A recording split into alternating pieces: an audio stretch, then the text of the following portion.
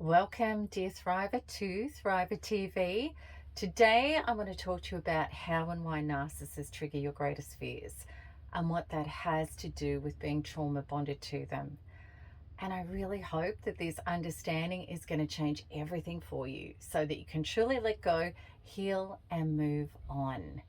Okay, before we jump in, I just want to remind you, if you haven't yet already, to like and subscribe to my channel, hit the notification bell so that you'll be notified every time I do a new release. And also, please share these videos with people who you think they may help. Okay, so let's start off by talking about the narcissist, the great deceiver. Narcissists are an inversion of truth. And what this means are they're anti-life, they're toxic. They're not healthy, well, supportive, or in our lives to build us up and add to ourselves or our lives. Rather, they come into our lives to exploit, to siphon us out, and to steal our life force and suck our souls dry, literally. Why is this important to know? Firstly, because it's beyond real. And secondly, so that you understand how they do this. They do this by triggering your greatest fears. And it's all set up manipulatively. Because if a narcissist was to come into your life saying, you've got abandonment fears, I'm going to smash these fears so hard that you feel traumatized horrifically, you wouldn't even consider having a relationship with this person.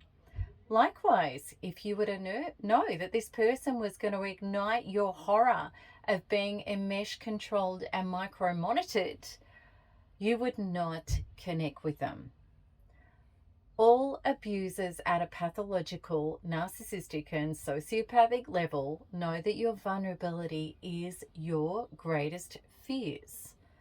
Narcissists make sure they know what makes you tick. They work you out. Why? Because then they pretend to be what it is that's going to take your pain and your fear away. They say such things as, I never abandon my partners physically or emotionally. I make sure I stay and I work things through with them. Or they will say, I can't understand how people don't grant space and trust. I've always been a stickler for doing that. Just as I would expect the same for myself. Not trusting destroys relationships. They say all the right things. And it's that simple. Narcissists do this to procure intimate partner relationships, whether they're pretending to be monogamous when people have had people cheat on them. And business deals. They pretend to be the person that's needed for the business success, such as they're really good at making contacts or whatever it is. The thing that the owner or the manager feels like they can't achieve by themselves. So narcissists promise the world in friendships, as a therapist, and the list goes on and on and on. So the narcissist is pretending to be the savior for you. The message they instill and what they want you to believe is, you can't do this for yourself, and I'm going to save you from this. The problem is, it's an act. It's a setup. And this is why, as maturing thrivers coming into consciousness, we need to embrace two key points. Number one, anyone can say anything, and it doesn't mean it's true. And number two, saving and being responsible to ourselves as healing inner developing adults, no longer being broken, helpless children on the inside, is our own job.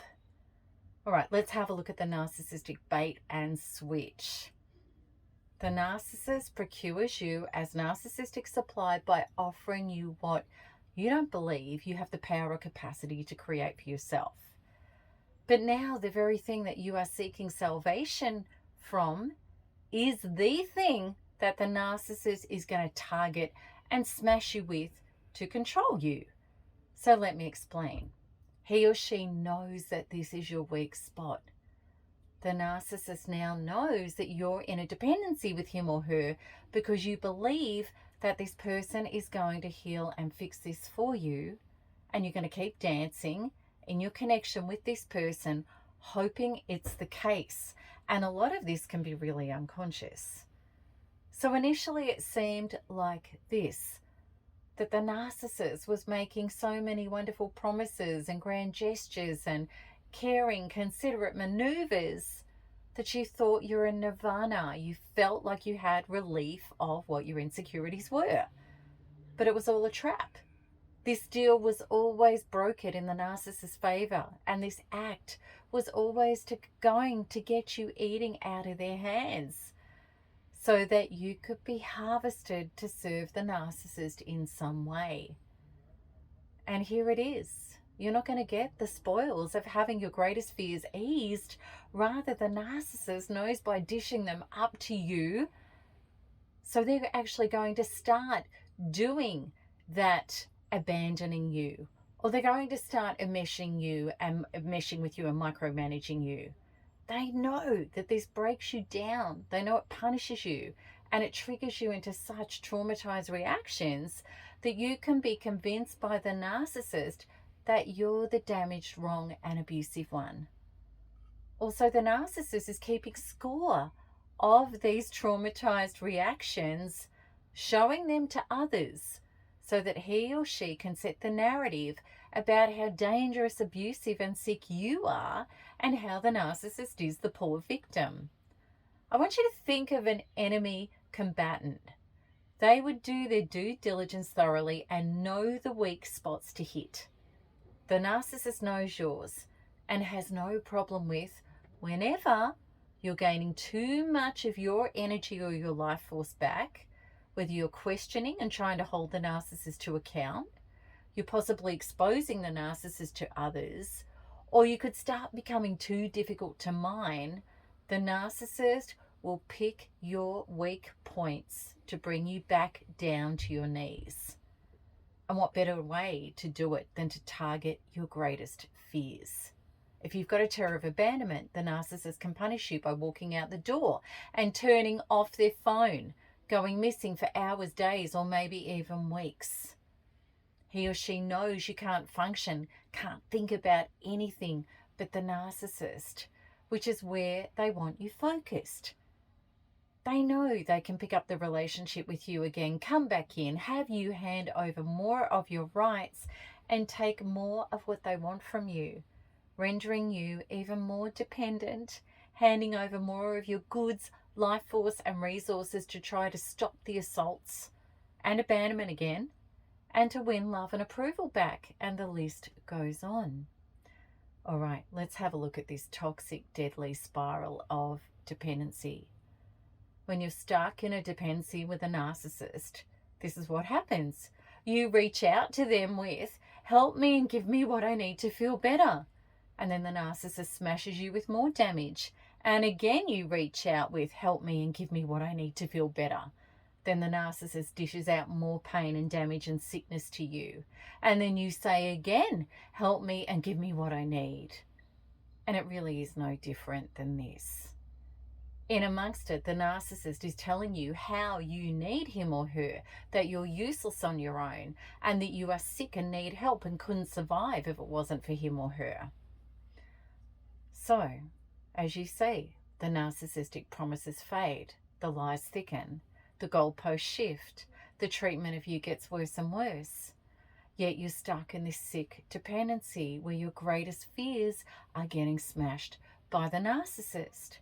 It's sick, it's toxic, it's an anti-life force spiral. And the narcissist is not going to stop until they've completely emptied you out, then tossed you aside to be replaced by new supply. Only you can stop this, and you must. The only answer is to detach and pull away and start to take responsibility for yourself. So, all right, there is some really good news and promise in this. Let's have a look at it. And it is the greatest healing opportunity of your greatest fears. This horrifying nightmare is beyond comprehension when you're stuck in it.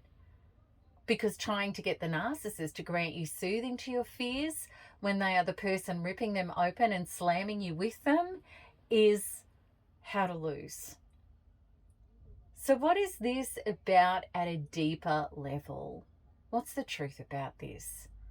It's about taking personal responsibility for self. It's about realizing that our greatest inner fears when we were children were dependent, back then they were, on an adult soothing them for us. And many of us never received this. As adults, the truth is, if we want an adult to come along and fix us, we're greatly at risk of receiving somebody who is a narcissist who preys on our vulnerabilities for their own self-serving agendas. Or we'll find somebody trying to help us out of our wounds, but yet they're going to trigger us. We're not going to feel like we can connect to them. And we may not feel attracted or inspired by a genuine person who could help us.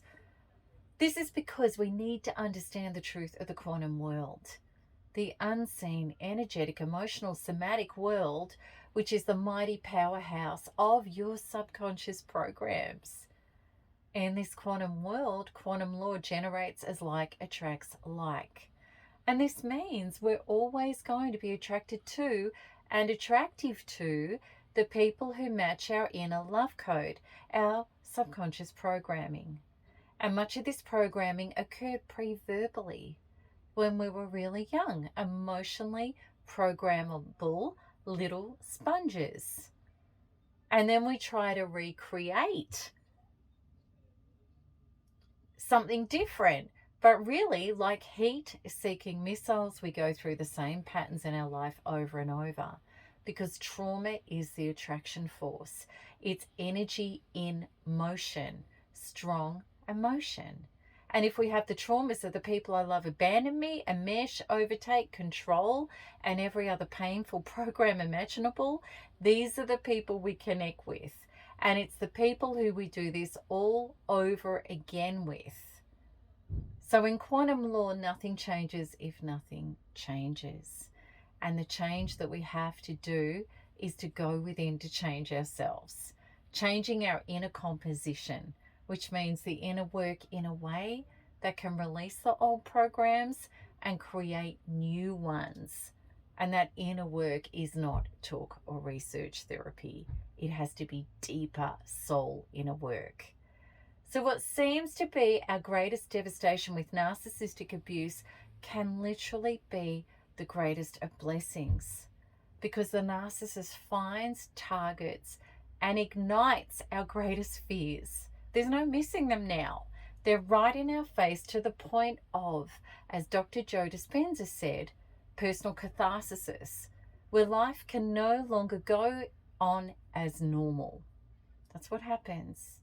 It's so true with narcissistic abuse. In this anti-life spiral downwards, we are breaking and crashing so badly, we have to stop. We have to no longer continue as normal, and we have to completely course correct to get out of this. And it means letting go and healing ourselves. The narcissist was never going to be the savior of our wounds. They are not who we're going to have a happy, healthy life with ever. They're the stepping stone, the catalyst to finding and healing what we always needed to heal within, so that we can change and emerge completely differently without these old traumas. And then we can make choices that are going to reflect our new, true, healed up selves. That's the progression in this. And I promise you, with all of my heart, I'm so grateful I went through the utter destruction of narcissistic abuse to clean up my inner abandonment terrors, my security and financial fears, and my fear of never being accepted and loved for me. Those fears had always limited my life. They'd always caused me to hand power away too many times, even before narcissistic abuse. And they'd held me back in my life. I wasn't free to be me because I hadn't made peace or healed me, hadn't made peace within.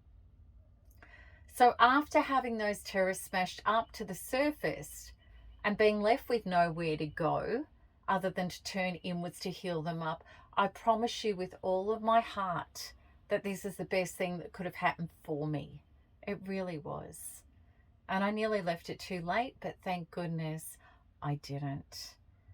And I know that if that hadn't happened, like so many of the beautiful thrivers in our community, we wouldn't have made the inner healing a priority because we didn't have to up to that point.